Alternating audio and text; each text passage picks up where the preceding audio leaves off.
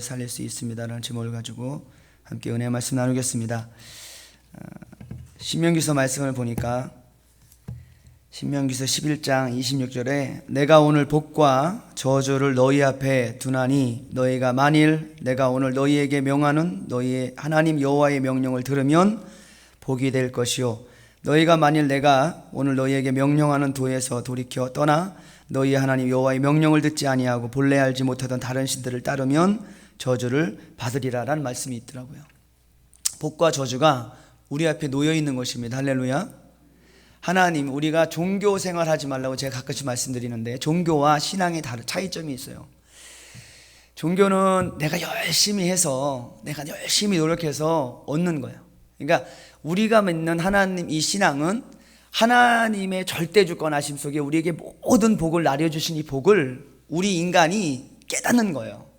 하나님이 주신 이 은혜를 깨닫고 우리가 그 은혜에 감사해서 내 삶을, 시간을, 물질을 헌신할 수 있고 믿음으로 드릴 수 있는 이것이 신앙생활입니다. 할렐루야. 내 목적, 내 어떤 환경 속을 바라보면서 그것을 취하기 위해서 내가 무언가 심고 드리고 행하고 있다면 자칫 잘못하면 미혹받을 수 있는 확률이 많다는 겁니다. 우리가 믿음을 척도할 수는 없어요. 우리가 믿음을 우리는 스스로 분명히 깨닫고 저울질할 수 있습니다. 분명히 성령의 생각, 육신의 생각, 영의 생각과 육신의 생각은 어제 금요일에 때 목사님도 말씀하셨지만 분명히 우리 안에 육신의 생각 사망, 영의 생각은 생명과 평안이라고 말씀하십니다. 성령이 우리 안에 거하시기 때문에 하나님의 영이 우리 안에 거하실 때 우리는 우리 믿음을 척도할 수 있고요, 우리 생각과 우리의 삶의 모습을 점검할 수 있습니다. 이 시간, 이 예배도 마찬가지거든요. 예배가 드려집니다. 이 예배 가운데 하나님 앞에 찬양을 드리고 또 기도를 드리고 말씀을 듣고 우리가 삶의 환경 가운데 물질을 드리고 우리 삶의 환경 가운데 믿음의 선한 행함들을 살아갑니다. 하루의 삶을 점검하면 내 생활이, 내 믿음의 지금 삶이 어떻게 살았는지를 우리는 생각하고 점검할 수 있어야 됩니다. 그 점검되어지지 않을 때 우리는 안전하다, 평안하다, 하나님이 나를 돌보실 것이다라는 이런 막연한 기대감을 가지고 믿음과 상관없는 나의 기대, 나의 소망, 나의 원이 오늘 육신의 생각이 사망의 길로 이르게 할 때가 너무나도 많음을 봅니다. 여러분, 이 새벽에 나올 때에 우리 사랑하는 성도님들 다시 한번 주님 앞에 여러분들 마음과 생각이 드려질 때에 점검할 수 있는 귀한 시간 되기를 간절히 소망합니다. 여러분들이 드려지는 예배, 오늘 몸밖에 드릴 것이 없는 우리 믿음의 고백 아닙니까? 어차피 이 땅의 삶에 태어나서 마지막 순간까지 저 땅의 무덤에 우리가 한 줌 흙이 되어지는 나의 몸뚱아리들이, 나의 몸이 여러분 무엇 때문에 이 땅을 살아야 되는지를 다시 한번 말씀 안에서 깨닫기를 소망합니다. 육신이 중요한 것이 아니에요. 영혼이 있습니다. 우리가 가야 될 천국이 있기에, 그에 받아야 될 우리가 면류관이 있기에 오늘도 우리가 예배하고 오늘도 시간을 드리고 삶을 들여서 주님 앞에 고백되어지는 믿음의 고백이 있어야 될 이유는 육신을 위해서가 아니라 영혼의 만족, 영혼의 때를 위해서인지를 다시 한번 깨닫는 귀한 시간 되기를 주님의 이름으로 축원드리겠습니다. 그럼 우리는 못할 게 없는 거예요. 안 될 게 없는 거예요. 연약할 수 있습니다. 부족할 수 있습니다. 그러나 중요한 것 한 가지는 우리가 어차피 죄의 종로로 됐던 육신을 덧입고 있는 사는 동안 우린 끊임없이 나의 나약함, 나의 부족함, 나의 허물들, 또 하나님 앞에서의 부끄러운 모습들, 사람 앞에 부끄러운 모습들이 끊임없이 깨달아지고 그것 때문에 전쟁하고 살아야 될 어쨌든 우리의 운명이거든요. 이 육신과 우리의 영혼이 분리될 때에 우리 천국 소망하며 다시 한번 거룩함을 덧입고 예수 그리스도의 의의 옷을 덧입고 하나님 만나 뵙는 그날 소망하고 오늘도 승리하는 복된 하루 되시기를 주님의 이름으로 축원드리겠습니다. 오늘 본문 내용은 헌금에 대한 내용, 헌금에 대한 설교를 많이 들으셨을 거라 생각이 듭니다. 그런데 오늘 본문 내용을 가만히 묵상하다 보니까 주님은 헌금에 대한 얘기보다는 좀 더 심오하고 좀 더 우리에게 깊은 영적인 메시지, 어쩌면 이 땅에 육신으로 보여지는 환경 속에 보여지는 우리 영적으로 교회, 우리 개인 성전도 잘 지어지고 잘 관리해야 되지만 우리가 보여지는 육신의 성전, 우리 교회 공동체가 잘 세움을 입을 수 있도록 다시 한번 하나님 영적인 각성을 갖는 시간 될 수 있도록 우리에게 말씀을 주신 거라 저는 생각이 들었습니다. 묵상을 하면서 우리가 어제 본문 말씀 끝절에 보면 함께 읽겠습니다. 어제 47절 말씀 시작. 그들은 과부의 가산을 삼키며 외식으로 길게 기도하니 그들이 더 엄중한 심판을 받으리라고 얘기합니다. 서기관들 얘기합니다. 오늘 교회 지도자들을 오늘 예수님께서는 꾸짖습니다. 우리가 잘 알고 있듯이 지금 교회 지도자들이 마지막 오늘 47절 20장 47절 말씀에 과부의 가산을 삼킨다고 얘기합니다. 옷수를 길게 하고 길게 기도하고 윗자리에 앉는 거 좋아하고 어떤 환경적인 요소를 얘기하시다가 오늘 그들은 과부의 가산을 삼킨다고 얘기합니다. 그러면서 그 다음 절에 21절 또 1절에 보면 예수께서 눈을 들어 부자들이 헌금함에 헌금함을 넣는 것을 보시고 또 어떤 가난한 과부가 두레돈 넣는 것을 보시면서 오늘 그 여인의 두레돈 헌금의 행위적인 부분들을 말씀을 하시면서 또 부자들의 또 예와 빗대서 부자들을 말씀하시는 장면이 나옵니다. 돈 많이 내고 전 재산을 털어내야 되고 가난한 중에 내야 되고 하나님 앞에 결단한 게 있으면 내야 되는 헌금 얘기일 수 있겠어요. 근데 이 시간을 가만히 말씀을 묻다 보면 이 얘기 이후에 오늘 이 과부의 두레돈 이 사건 이후에 바로 나오는 말씀이 뭐냐면 오늘 6절 말씀입니다. 우리 함께 읽겠습니다. 너희 보는 이것들이 날이 이르면 돌 하나도 돌 위에 남지 않고 다 무너뜨려지리라. 무슨 얘기예요? 성전이 멸망당한 얘기입니다. 이 성전은 어떤 성전이에요? 헤롯이 거의 46년간 국민의 혈세를 뜯어서 온갖 아름다움으로 치장했던 정말 오늘 하나님의 임재하신 성전이 얼마나 아름답게 지어져가는 과정이 긴 세월 동안 지어졌던 이 성전이 하루아침에 돌 하나도 돌 위에 남지 않는다고 말씀하시면서 그 다음에 쭉 말씀하시는 것은 마지막 멸망의 때를 말씀을 합니다. 누구도 알지 못했던 이 상황이거든요. 예수님이 예루살렘 입성해서 십자가에 못 박히신 전 상황에 부활을 말씀하시고 천국을 말씀하시다가 갑작스럽게 예루살렘 멸망을 말씀하시고 저주를 막 퍼붓는 이 귀한 말씀을 지금 예수님께서 하고 계시는 상황이거든요. 무슨 일을, 무슨 생각을, 무슨 의도로 예수님께서 이런 말씀을 지금 하고 계실까? 왜 두렙돈 오늘 헌금에 대한 이야기를 굳이 하셨을까요? 저는 두 가지를 좀 묵상했습니다. 첫 번째는 오늘 성경 말씀의 본질은 이거예요. 교회가 회파된다는 것입니다. 성전이 무너졌다는 거예요. 여러분들 성전 관리 잘하고 계십니까? 예수 그리스도 하나님의 영이 함께 하시는 내 안의 성전 잘 지어져 가고 있고 든든히 세워져 가고 있습니까? 또 하나 보여야 될 거는 우리가 외형적으로 보이는 우리 교회 공동체 성전들이 모여서 교회 공동체를 이루는 우리 교회, 이 나라 이민족의 교회들 잘 지어져 가고 있고 아름답게 완성되어져 가고 있습니까? 이건 비단 외형적인 모습을 말씀을 드리는 것이 아닙니다. 왜 예수님이 성전을 저주했을까 한번 생각을 해봤습니다. 오늘 과부의 가산을 삼키고 또 가난한 과부가 두렙돈을 헌금을 낼 때 예수님은 누구보다도 많은 돈을 냈다고 말씀하셨고 그 여인의 전 재산을 오늘 하나님 앞에 드렸다고 예수님이 말씀하셨습니다. 칭찬을 하신 것인지 아니면 어떤 의도인지는 잘 모르겠지만 어쨌든 다른 이들보다 뭔가 다른 행위를 했다는 것을 예수님이 말씀하십니다. 여러분들 오늘 성경에 보니까 다른 사람보다 많이 헌금을 냈다고 얘기합니다. 근데 많이 헌금 냈다는 게 두렙돈이거든요. 두렙돈은 다른 게 아니에요. 여러 가지 이렇게 화폐 단위를 계산을 하는 방법들이 있는데 하루 품삯의 64분의 1. 그러니까 우리가 하루 품삯의 64분의 1 어쩌면 5만 원을 하루 품삯을 잡았을 때 800원도 안 되는 돈 이렇게 계산해 아주 적은 돈입니다. 근데 오늘 성전에 왜 가난한 과부의 그 가산을 삼킨다고 얘기하는 의도는 뭐냐면 오늘 어쩌면 제일 구약시대에 오늘 신약시대도 마찬가지겠죠.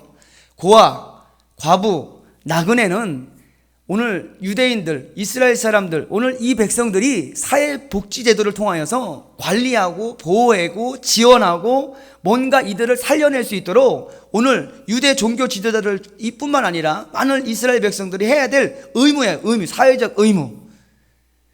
고아는 반드시 지켜줘야 되고 보호해줘야 되고 살 수 있도록 삶의 형편을 만들어줘야 되거든요. 근데 오늘 본문을 보다 보니까 이 시대 성전 상황들이 이렇거든요. 예를 들어서 먼 길에 오는 사람들이 오늘 번제물을 비둘기를 양을 소를 잡을 수 있는 환경들이 먼 길에 올 때는 그걸 읽을 수 없잖아요. 그러니까 성전 안에서 동물들을 매매할 수 있도록 허가를 해줬다고요. 어떻게? 종교 지도자들, 제사장들과 바리새인 서기관들이 함께 섞여져서, 오늘 이 장사치들과 함께 섞여져서 흠없고 점없고 아무 스스로 말미암아서 흠이 없어요. 점도 없어야 돼요. 근데 이게 어떻게 변질되졌냐면, 흠이 있는 것, 점이 있는 것, 약간 좀 병든 것을 제물로 드립니다. 그리고 제사장들은 그 장사치들과 함께 얼마의 이익임을 환원받죠. 그러니까 철저하게 사업을 지금 교회 안에 하고 있는 거예요. 그래서 예수님이 어쩌면 동전을 바꾸는 자, 화폐 단위를 바꿔야 되기 때문에, 또 화폐 단위를 바꿔서 동물 가축을 사서 번제물로 드렸다고요. 두렙돈이라는 뜻은 뭔 뜻이냐면, 오늘 어쩌면 이 시대적 상황에 비둘기 한 마리 값이 두렙돈이었다고 얘기합니다. 비둘기 한 마리 값이 두렙돈. 그러니까 한 렙을 내면 안 돼요. 두 렙을 내야 돼요. 어쩌면 성전법에 한 렙을 내면 안 된다라는 성전 조항이 있을 수도 있다고 생각이 듭니다. 그래서 맨 마지막, 오늘 왜 굳이 과부가 두렙돈을 드렸을까? 왜 동전이 근데 이 두렙돈이 어떤 돈이냐면, 여인에게는 생활비 전부라고 얘기하는 거예요. 생활비 전부가 비둘기 한 마리 값, 어쩌면 이 여인의 전 재산을 드렸다고 얘기합니다. 부자보다 많은 것을 드렸다고 얘기해요. 가진 자, 있는 자들보다 많이 드린 건 당연한 거예요. 근데 가만히 한번 생각해 보는 거예요. 만약에 과부가 드리는 이 두렙돈, 어쩌면 비둘기 한 마리 값, 이 여인에게 생활비 전부를 드렸을 때에 예수님이 어떻게 했습니까? 지금 상황을 예수님이 오늘 21절에 보니까 예수께서 눈을 들어 부자들이 헌금함에 헌금 넣는 것을 보시고 있다고 얘기합니다. 그럼 예수님이 우리 마음을 중심으로 모시고 헌금 내는 걸 보시는 거예요. 우리 헌금을 받으시는 겁니다. 할렐루야. 그런 의도로 생각하면 좀 마음이 아프죠. 예수님께서 헌금함의 앞에 자리를 깔고 앉으셔서 보신다는 것은 집중해서 뚫어져라 보고 있다는 겁니다. 무엇 때문에? 헌금을 얼마나 내고 있냐 니네들 계산하기 위해서요? 점검하기 위해서요? 어쩌면 제가 지금 말씀드리고 싶은 건, 구약의 예언자들이 약간 이상한 행동들을 했습니다. 이사야는 벌거벗고 포로로 잡혀가면서 벌거벗고 맨발로 갔고요. 호세아는 음란한 고멜과 결혼을 시켰고요. 예레미야는 돈 주고 산 새 그릇을 사람들 보는 앞에서 산상조각을 냈고요. 에스겔은 갑자기 칼을 들고 자기 머리카락 수염을 잘라내고 그 수염을 태우는 행위들을 합니다. 예언자들의 이상한 행동들을 할 때 뭔가 하나님의 메시지가 있는 거거든요. 오늘 예수님이 뜬금없이 헌금함에 앉아서 헌금을 내는 그 사람들을 지켜볼 때 이 여인을 특별히 주목해서 본 것뿐만 아니라 오늘 다른 많은 사람들이 헌금하는 내는 행위 속에 돈의 물질을 지금 얘기하는 것이 아닙니다.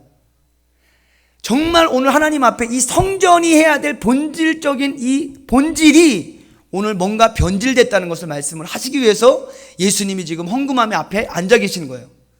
어떤 것일까요?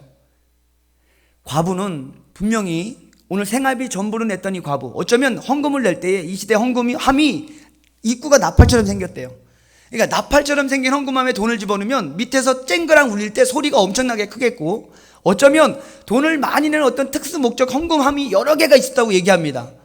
그러면 특수 목적 헌금을 여러 가지 헌금함을 낼 때 특별한 목적인 헌금함을 내는 돈 들어갈 때는 나팔을 울렸다고 얘기하는 역사학자들이 있더라고요. 그러니까 헌금 내는 행위들이 사람 앞에 다 오픈되도록 소리가 들려지고 오늘 행위적인 부분에 그것을 알리는 상황들이 생기는 거예요. 오죽했으면 오늘 바리새인 서기관들이 어떻게 오늘 성전에 어제 말씀하신 대로 긴 옷을 입고 다니고 시장 앞에서 길게 기도하는 게 좋고 윗자리 좋아하는 것, 윗자리 앉는 것 좋아하는 것, 뭐 외식하는 행함들에 대한 얘기했기 때문에 이 성전 안에서 돈 내는 것조차도 어쩌면 외식적인 보여지는 행위들이 분명히 있을 것이라는 역사학자들의 추론이 있더라고요. 잘 보세요. 이 헌금을 지금 냈는데 여기서 헌금함을 가져오면 얼마요? 누구 얼마요? 얘기해 보세요. 그런 시대였다니까요. 과부가 누구예요? 남편이 없는 거예요. 주변에 누군가 남자가 가정에 지켜야 될 남자가 없다면 여인의 모든 재산이 남자가 죽고 남편이 죽고 가정에 남자가 없다면 이 여인의 재산은 성전법에 의해서 제사장들에게 바쳐졌다고 얘기해요. 이해가 되십니까? 여인이 남편이 죽으면 갑작스러운 사고로 죽음을 당했을 때 남편이 재산이 있을 것이 아닙니까? 근데 가정 안에 남자가 없어요. 유업을 이을 남자들이 없어요. 그러면 여인은 그 재산을 가지고 자기가 호의호식하면서 먹고 살 수 있는 환경이 아니고요. 제사장들에게 그 모든 재산을 바쳐서 제사장들이 관리를 받게끔, 이 여인이 잘 살 수 있도록 관리를 받게끔 뭔가 행위적인 부분들이 있었다고 얘기합니다. 어쩌면 우리가 복지제도라고 얘기하죠. 근데 오늘 성전을 보면서 예수님이 성전의 목적, 성전이 지어진 목적은 다른 게 아니죠. 어쨌든 하나님의 뜻대로 오늘 구약의 말씀대로 성전 안에서 머물고 성전 안에 있을 때에 오늘 과부와 고아와 가난한 또 나그네 같은 사람들, 또 슬픔이 있고 병든 자들, 오늘 뭔가 하나님의 위로가 필요하는 자들이 왔을 때 그들을 품고 그들이 오늘 위로함을 받고 그들이 살아갈 수 있도록 뭔가 나눠주고 베풀고 섬기는 자리에 있어야 될 성전이 뭔가 변질되어 있다는 겁니다. 흠없고 점있고 오늘 뭔가 문제 있는 짐승들을 잡는 것을 제사장들은 개의치 않았어요. 그리고 그곳에 장사치들이 모여듭니다. 어떻게 하면 더 이문을 남기고, 그 이문을 남기는 것 속에 제사장들은 그 이문을 남기는 속에 몇 프로를 또 먹어대고, 오늘 이 여인의 과부 두렙돈을 낼 때 예수님께서 무엇 때문에 그 과부의 두렙돈을 낸 것을 가지고 그렇게 말씀을 깊이 하신 이유가 무엇이냐? 어쩌면 성전의 본연의 목적이 상실되어 있다는 것을 예수님이 말씀하시고 싶어 하시는 거거든요. 성전의 본연의 목적. 헤롯 대왕이 46년 동안 성전을 지었다고 말씀드렸습니다. 얼마나 많은 가난한 자, 없는 자들의 혈세를 모아서 이 성전을 잘 꾸며냈는지는 우리가 오늘 성경 5절 말씀을 읽어보면 대충 생각을 할 수가 있습니다. 함께 읽어보겠습니다. 어떤 사람들이 성전을 가리켜 그 아름다운 돌과 헌물로 꾸민 것을 말하며 예수께서 이르시되, 제자들이, 마태복음에 제자들이 얘기합니다. 제자들이 얘기합니다. 아름다운 돌과 많은 헌물로 꾸며진, 아주 외형이 아름답고 내적으로 꾸며진 것들이 금으로 장식을 하고 아름답게 꾸며진 그 성전. 어쩌면 우리가 좀 다시 한번 생각해 볼 필요가 있습니다. 얼마 전에 목사님하고 어느 교회 갔는데 성도가 이렇게 적더라고요. 근데 많은 돈을 들여서 교회 건축을 했어요. 아직까지도 한 달에 어마어마한 이자만 내고 있고 교회는 부흥이 되지 않고 이게 약간 힘든 상황인 것 같더라고요. 그 목사님 처음 만나서 성전을 딱 구경하고 첫 이 목사님 말씀이 뭐냐면, 파이프 오르겐이 독일에서 들어왔습니다. 파이프 오르겐이 있는데 독일에서 들어왔다고 얘기를 딱 첫 번째로 하시는 게, 성전 들어가서 파이프 오르간 아시나요? 그 벽에 이렇게 그걸 얘기하시면, 그 다음 말이 더 저는 깜짝 놀란 게 뭐냐면, 근데 아직까지 성전을 지은 몇 년이 지났는데 반주자가 없어서 한 번도 쳐본 줄 알았대요. 저는 깜짝 놀랐습니다. 과연 그것이 하나님이 믿음으로 성전을 짓고 많은 돈을 들였지만 정말 하나님이 기뻐하실까? 정말 이것이 이 교회를 통해서 부흥이 되어지는 건 간절히 소망이 있지만, 저 파이프 오르겐이 뭐라고 그 비싼 돈을 해외에서 타회에 돈을 주고 그걸 들여와서 굳이 저걸 살 필요가 있었을까라는 생각을 잠깐 해봤습니다. 우리 교회 정말 아름답습니다. 할렐루야. 다른 어떤 교회보다 좋은 시스템, 좋은 환경이 우리 교회입니다. 정말 이 교회가 가득가득 차고 이 교회 안에 좀 더 좋은 환경을 만들기 위해서는 성전도 헐고 다시 지을 수 있어요. 다시 져야 돼요 또. 근데 중요한 건 어쩌면 우리가 성전 짓는 것보다 우리 담임 목사님 말씀하시는 것처럼 우선시해야 될 문제가 있다는 거거든요. 우선시해야 될 문제가 있는 거예요. 오늘 예수님은 오늘 교회의 존재가치, 성전이 해야 될 그 기능을 상실한 그 성전의 모습을 보면서 성전의 기능을 상실한 이 교회 성전의 모습 속에 반드시 끝은 허물어진답니다. 멸망당한다는 거예요. 교회가 무너지면 사회가 무너집니다. 우린 그건 대표적으로 알 수 있는 말이에요. 대표적으로 눈으로 보여지는 겁니다. 교회가 무너지면 나라가 무너지는 거예요. 교회가 무너지면 가정이 무너지게 돼 있습니다. 이 교회 공동체 안에 모인 사람들이 누굽니까? 하나님의 성전을 이루어가는 우리들이 모여 있는 거거든요. 그러니까 우리가 무너지면 교회가 무너질 수밖에 없는 거예요. 여러분 안에 하나님의 나라, 하나님의 성전이 무너져서 그 마음이 상심함을 입고 하나님과 멀어져 가면 반드시 모든 다른 2차, 3차적인 문제점이 일어날 수 있다는 겁니다. 교회가 기도하는 집이죠. 세상에 어렵고 힘든 사람들, 어쩌면 교회는 종합병원이라고 얘기합니다. 여러 가지 문제 있는 사람들이 오는 거예요. 헐벗고 굶주린 사람들, 있는 자도 오는 겁니다. 가진 자도 올 수 있어요. 여기에 그러나 우리가 교회 공동체를 가만히 보고 하나님 앞에 있는 사람들을 보다 보면 어쩌면 오늘 삶의 자리에 정말 힘들고 어렵고 하루살이 같이 삶을 살아가는 많은 사람들이 있더라고요. 질병이 걸려서 질병의 어려움 속에서 정말 하나님 앞에 질병을 치료받기 위해서 오는 성도님들이 계시고요. 물질의 환경에 가정에 나눠지고 파탄되어 있는 모습 속에 회복을 갈망하며 오는 많은 성도님들이 있습니다. 어쩌면 내가 가지고 있고 누리고 있고 내가 뭔가 간증되어진 환경 속에 그들을 위로하고 그들에게 하나님의 일들을 우리가 말하고 간증할 수 있는 일들이 있겠지만, 때로는 그거와 상관없이 우리의 행함, 부족한 종의 입술의 말 때문에, 행동 때문에, 삶의 방식 때문에 상처 있고 서로가 서로에게 덕이 되지 못하는 환경도 분명히 있을 수 있습니다.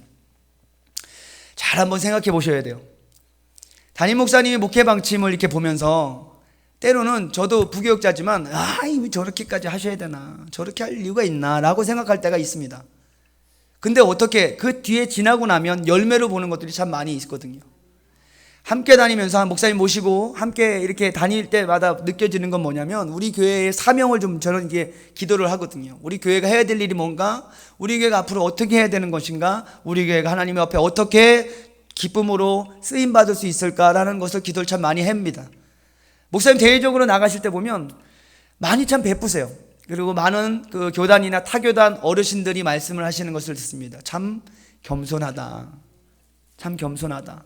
정말 대놓고 칭찬하시고, 뒤에서 제가 이제 모르는 척 듣거든요. 저는 이제 나가면 앞에서 있지 않잖아요. 뒤에서 사람들의 반응을 저는 보고 그 다른 목회자들의 하시는 말씀들을 제가 귀담아 듣습니다. 몰래 어떻게 지금 평가를 하고 있는가. 사람은 쓸데없이 이렇게 말하는 사람들이 많이 있거든요. 뒤에서 조금 이렇게 사람들 모인 데 가서 들으면 어느 정도 평가가 나와요. 참 평이 좋습니다. 우리 교회 평이 상당히 좋습니다.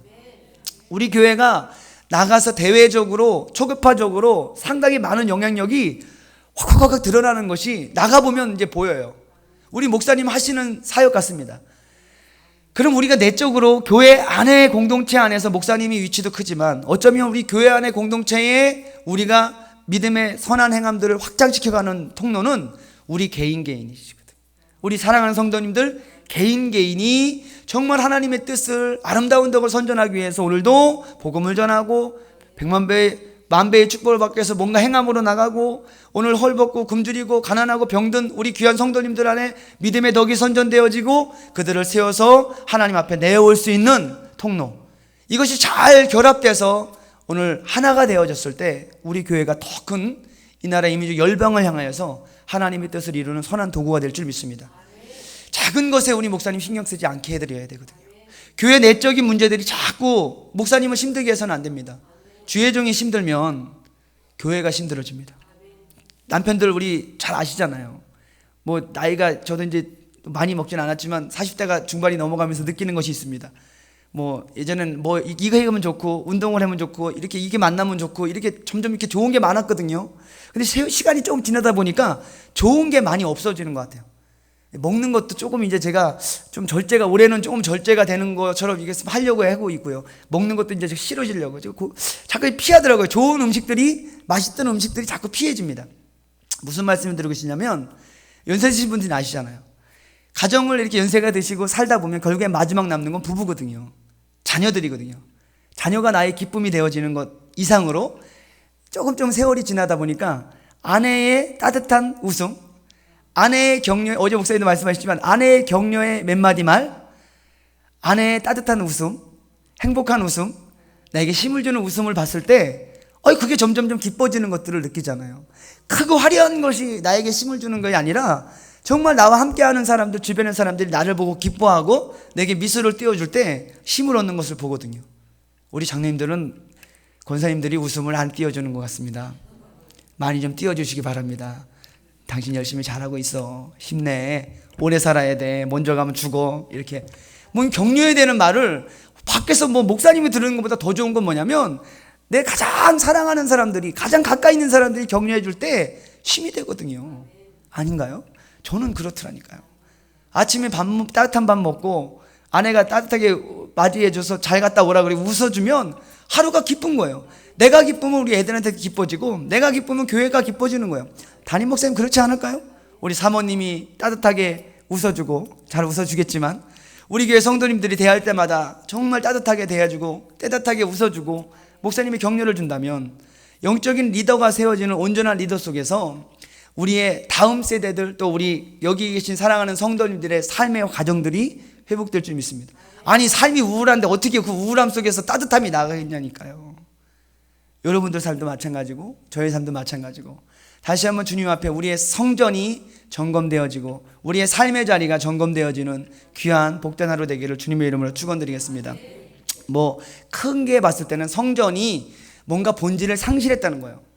근데 중요한 것은 오늘 이 상실된 성전, 무너져야 될 성전 앞에 오늘 과부의 두렙돈을 왜 굳이 얘기했을까요?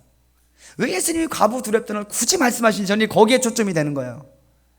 뭔가 우리 하나님이 우리에게 요구하시는 두렙돈이 있습니다.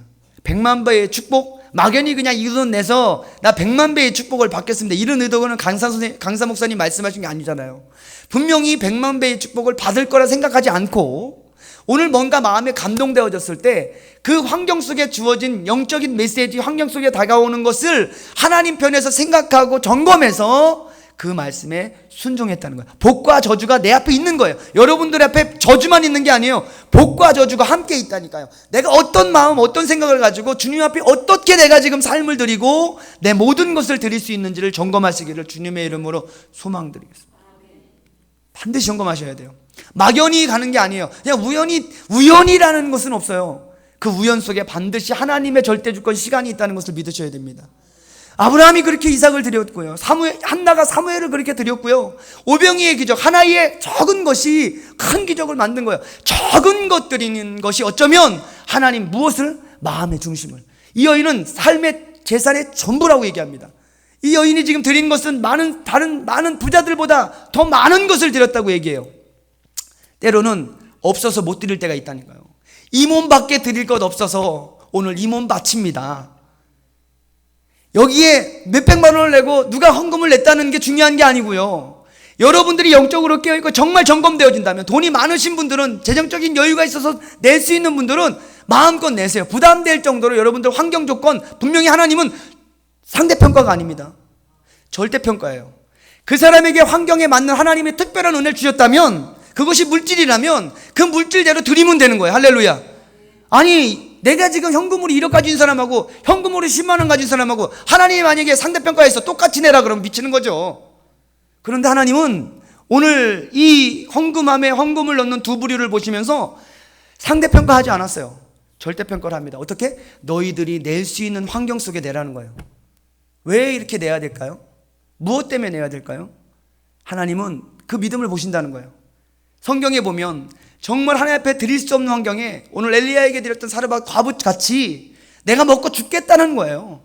먹고 죽겠지만 오늘 그렇게 드려야 될 이유는 무엇이냐면, 오늘 엘리야가 말했던 하나님의 말씀을 믿음으로 받아버린 거예요. 하나님의 말씀에 너 나 먼저 먹이고 그 다음에 너 먹어. 하나님이 가뭄을 내를 통해서 비를 내리게 할 거고, 하나님의 말씀을 사르밧 과부는 예사치 않게 들어버리고, 어차피 죽을 인생, 어차피 내가 이거 먹고 죽을 텐데 한번 저 하나님의 말씀을 내가 듣고 믿어보지 뭐. 그 믿음의 순종 속에 오늘 기름병의 기름이 다 가득 채워지는 은혜의 삶을 누리게 된 줄 믿으시길 바랍니다. 이 과부의 두렙돈이 어쩌면 우리에게 요구하는 오늘 하나님께서 주시는 메시지일 수 있습니다. 돈 내서 복 받으라는 것이 아니고요, 하나님 앞에 여러분들이 드릴 수 있는 최상의 삶을 드리기를 소망합니다.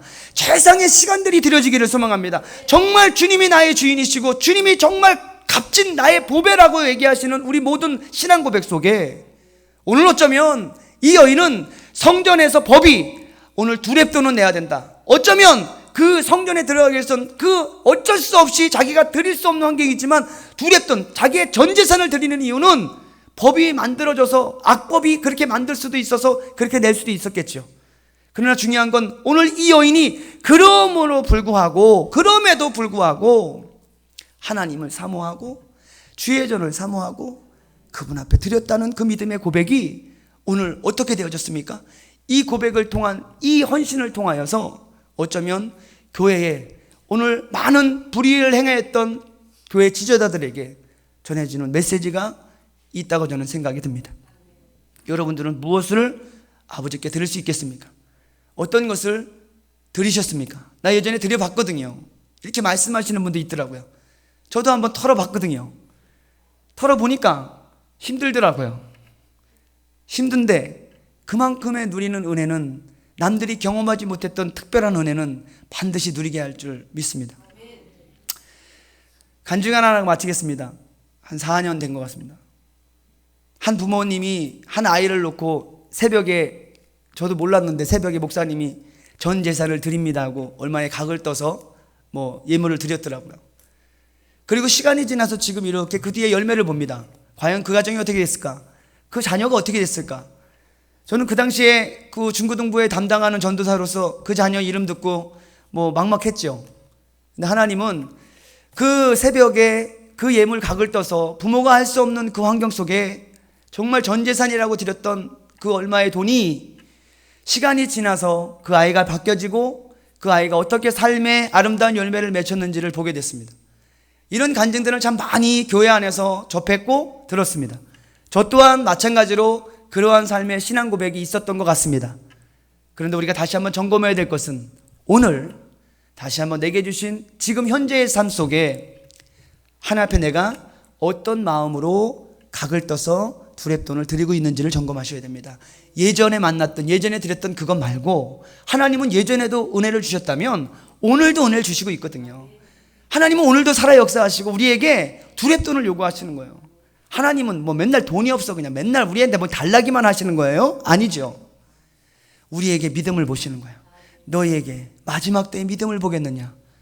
만약에 이 과부의 두렙돈 이 드려질 때 이 헌금함에 들어가는 그 소리를 들으면서 오늘 서기관들, 바리새인들, 제사장들이 또 많은 부자들이 그 헌금 내는 그 여인을 보면서 그 여인이 어떻게 지금 이 예물을 드리고 있는지에 대해서 알고 있는데도 불구하고 왜 한 여인을 누군가가 이 과부라는 것을 알고 있다는 거거든요.